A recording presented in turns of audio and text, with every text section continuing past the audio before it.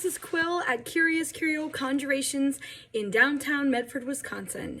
How was your weekend? My weekend, it started to be a bit chaotic. I could feel on Friday that the exhaustion was starting to affect me, and so Saturday I kind of just, I was driving to work and I was like, this is my one day without kids for me to turn my attention to my self-care, to my mental health. And my church, Deeply Rooted, that's a pagan church over in Athens, Wisconsin, they were holding Lunasa, that's the celebration of the first harvest, and the Celtic god Lu and his consort Rhiannon. And I was just like, I could go to work today. I could do some more content. I could do some more work. Work is awesome. I'm like your typical Capricorn. I'm like, oh my gosh, I love work. I love responsibility. I love organization. I love this stuff. And I do. But I was going too kind of far with that, and I was starting to feel the effects of that exhaustion. And so I decided, I'm going to go do some garage sailing, just a little bit of garage sailing. I'm going to set a budget, what I want to spend, what I can do feasibly. And then I'm going to go to Lunasa, and I'm going to treat this differently than I normally have.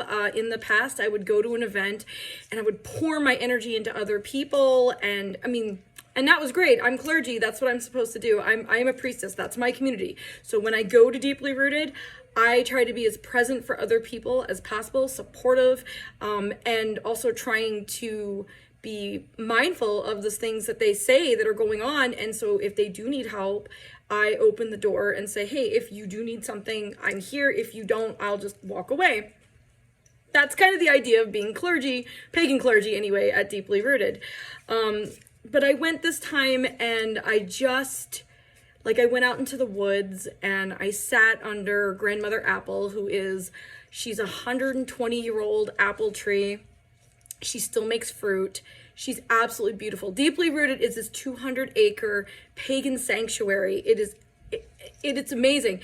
And I've been involved with them for 11 years, and I can tell you that is hugely, going out there is hugely part of my mental health. So, I walked around, I went to the ancestor shrine. We actually have ancestors that are buried on the property. So I went to that ancestor shrine and I sat there and I spoke with the ancestor that I'm closest to, my dear friend Oak Bear, who passed away a couple of years ago. It was very, very, very fulfilling to sit there and be with my friend in the earth. Like I was earthing and totally grounded in the situation. Then I walked over to, the stone circle that we have. We have this beautiful, huge stone circle where we do our rituals. And I just laid in the forest floor and just let the air and the dirt and all the elements just kind of, I got a little wet and muddy, but I felt grounded and I felt really good. And like the next day I was like pumped and excited and inspired. We had a really great ritual. I did a petition. I did all this really good stuff and I was present for other people. However, I was also taking care of my own needs. So I'm balancing. So today, as I was doing the divinations, I started this morning super excited, charged, happy out of the gate. Part of that is the bipolar. Just so you know, some of this excitement is fueled from a chemical imbalance that I'm aware of, that I work with. And some of this is the reinvigoration of getting good sleep, eating some good food, being around good friends, and getting some stimulation outside of my normal routine. This is a highly stimulating job, but this is still a job. There's still work involved with reading tarot and producing content and things like that. So I got out of that for a little while. And then I was doing divinations this morning, and this question came up that I think a lot of you out there might be able to relate with. And it was, how do you ask the universe for a raise? Okay. And I posted a post earlier, it's pinned on my profile, about, what I went through to get here. So, I started this business a couple of months ago. It was in response to some soul searching I did, where I was at my church and I was doing things and I was kind of like stuck in a rut. Like I wasn't really inspired. And then finally, you know, I made this, you know, I decided to kind of step away from some stuff at the church, not step away totally, but just step away from some of the things that I wasn't really feeling success with, and focus on the thing that I love the most, which is my clergy work and spirituality, which is like, I mean, it's the font in which I drink to get inspired. So when I'm doing spiritual stuff, I am in the moment. I am happy to do it. And, you know, I started this business as a way to make money, provide for myself and my family, and also realize the dream that I had. And I mean, right now it's succeeding. I mean, I've got appointments this week. I'm excited about that. Could I fail at it? Sure. Okay. But when I was at Lunasa, when I was in the ritual, and we were talking about the god Lu, who is very much the god Lu in Celtic culture, and I'm going to give you the super Cliff Notes version. He is the god. He is the spear thrower. He is the manifester. He is the one who is good at multiple things: the blacksmithing, the animal husbandry, you name it. Lu is a master of it. And I asked him. I said, "Look, I want to step it up. I want to do something better than this. I want to really pour my passion into it. I'm starting up a YouTube. I'm posting this video to YouTube, and I want to grow my community. I want to grow my business. And so would you please help me with that?" And I had a dream, and that for me, my dreams, just for me, are kind of like, did the God receive the affirmation? Did he hear it? You know, did he take me up on this kind of thing? I said, for you, this is a spiritual contract. I said, if you help me with this, I am willing to sacrifice this. And so I made an oath, what I was willing to do. I'm following through it on it right now. And I just put it out there in the universe. And my dream was, yes. And here's your thing. You're kind of holding back. Don't hold back. Keep going. Keep doing what you're doing. Do more of that. And don't burn yourself out. Still do the self-care thing. But basically it was like, don't be shy. Don't be afraid to sparkle, because there's going to be people who are jealous or angry or whatever. And I think sometimes we do kind of like hold back on really sparkling because we're afraid to. If you have the skills to do something, sparkle. Do it. You know what I mean? You're not being arrogant if you can do the thing that you're saying. So it turned into me asking Lu, or the universe for some people, because not everyone works with Lu, and that's fine. You know, just like, I want a raise. And then the boss turns around and says, okay, why do you think you deserve a raise? And that is a really, like, if you've ever had to do that, that's a really, really, really stressful situation where all of a sudden you're presented with, okay, why do you think you're so good? And if you come from a culture, I was raised Catholic, and I'm not bashing Catholicism. It works for some people, and that's awesome. It did not work for me. There was a lot of like, don't be so loud. Don't be so much you. You know, it was like I had to pretend to be this meek little character, and I am not meek. I'm loud, I'm brash, I joke around, I call myself like a classy broad. You know, I swear, like a sailor. I've always done that since I was a little kid, and I was always really excited to perform and show people my passion. And actually that was with spirituality. Like, if I spoke about Catholicism to people at the time, I was like so excited to share. I'm like, oh my gosh, this is what I did with Mary. I did like this thing over here. Even though that wasn't something that I stuck with, those traits carried over to paganism. So I get really excited to write my own rituals and like do tarot card readings and all these different things having to relate with spirituality and make videos.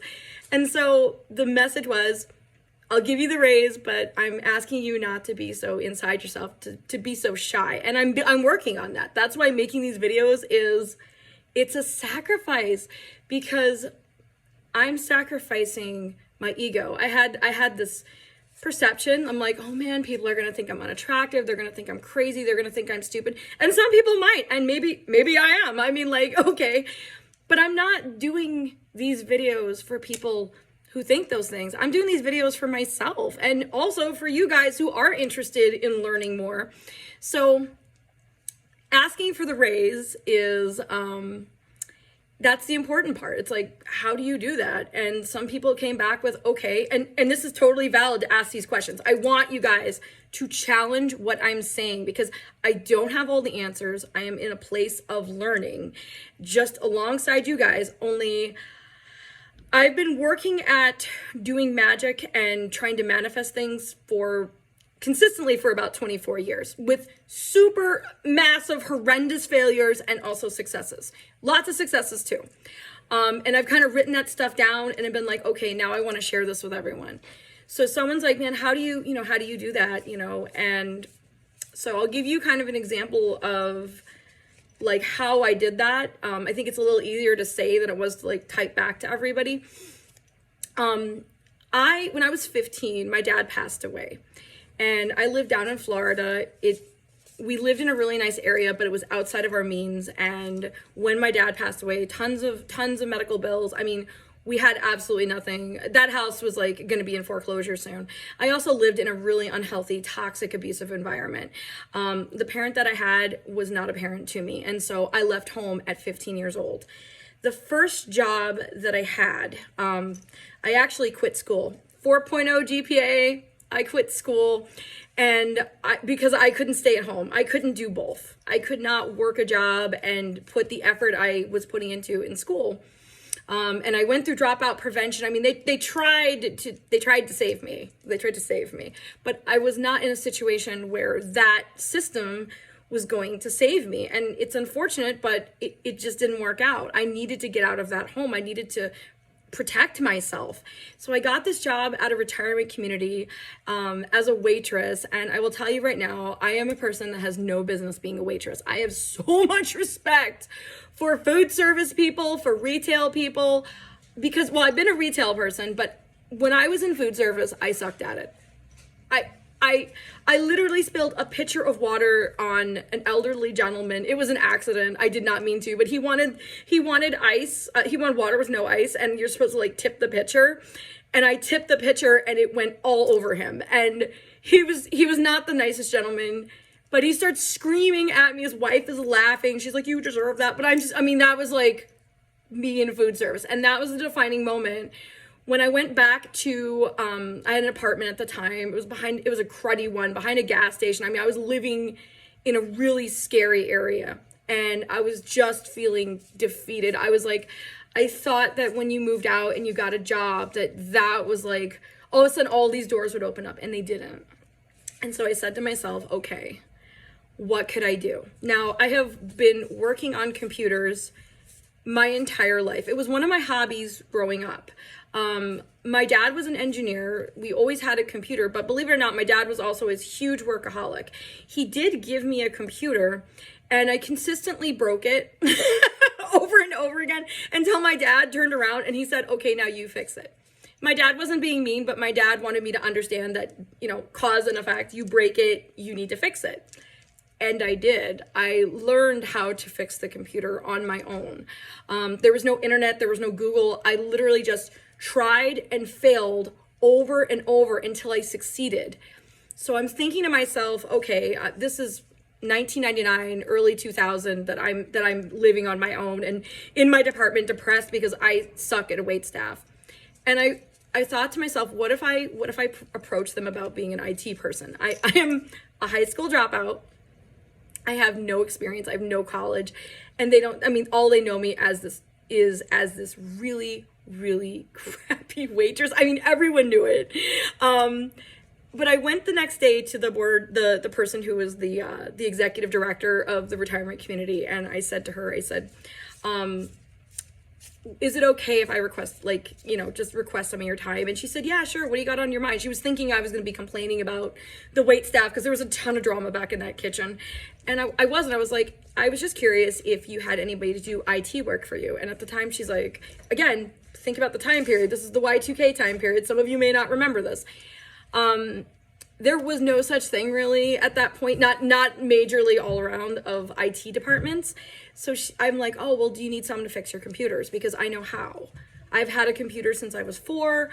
I know how to fix them. I know how to build them. I know how to do website work because I I had like a GeoCities account. I had my own personal my own personal page on GeoCities. That dates me, by the way. I'm 38, so that dates me.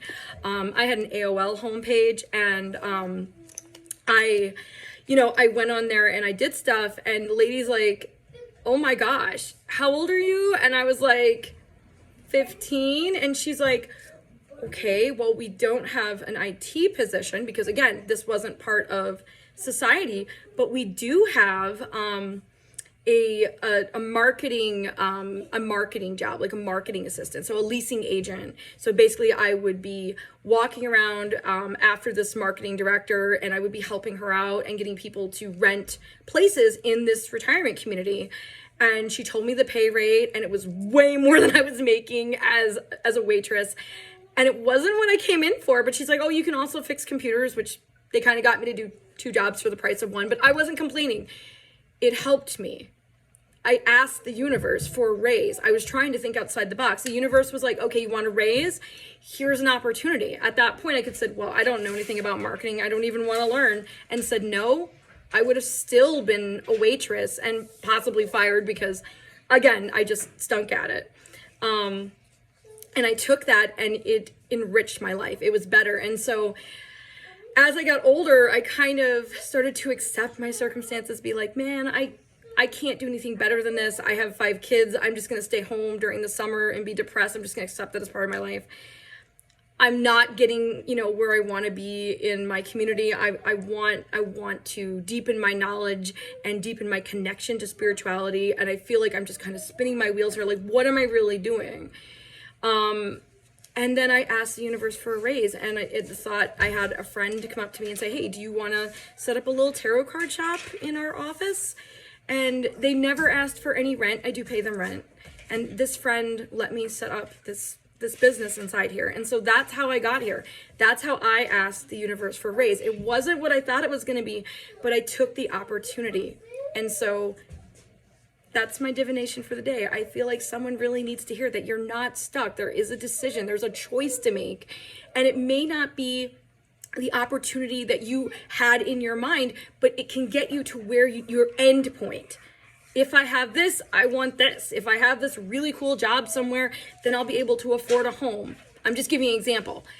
And maybe you get offered a job you wouldn't normally take, but will it still get you to that really cool home? And that's what's important. That's asking the universe for a raise. Sometimes when we ask the universe, it's kind of like a little Russian roulette of chaos, and it gives us an opportunity, and then it sits back and sees how we rise to that opportunity, to that challenge.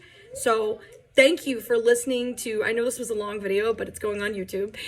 Thank you for listening to the divination of the day, and keep an eye out for the other videos that are coming up that kind of explain how I got to this, because this is a teaching culture. I don't just want to do tarot card readings. I do want to do tarot card readings because they're fun, but I also want to teach you folks how to do magic, how to read your own cards, and how to, like, if you're in a rut, get out of that rut, because there are always choices. We all don't get the same opportunities. Anyone who tells you that is completely deluded. But we do all have the ability to make choices with the opportunities we are given. So again, not ideal circumstances, but not everyone's going to have their own business. Not everyone's going to be a movie star.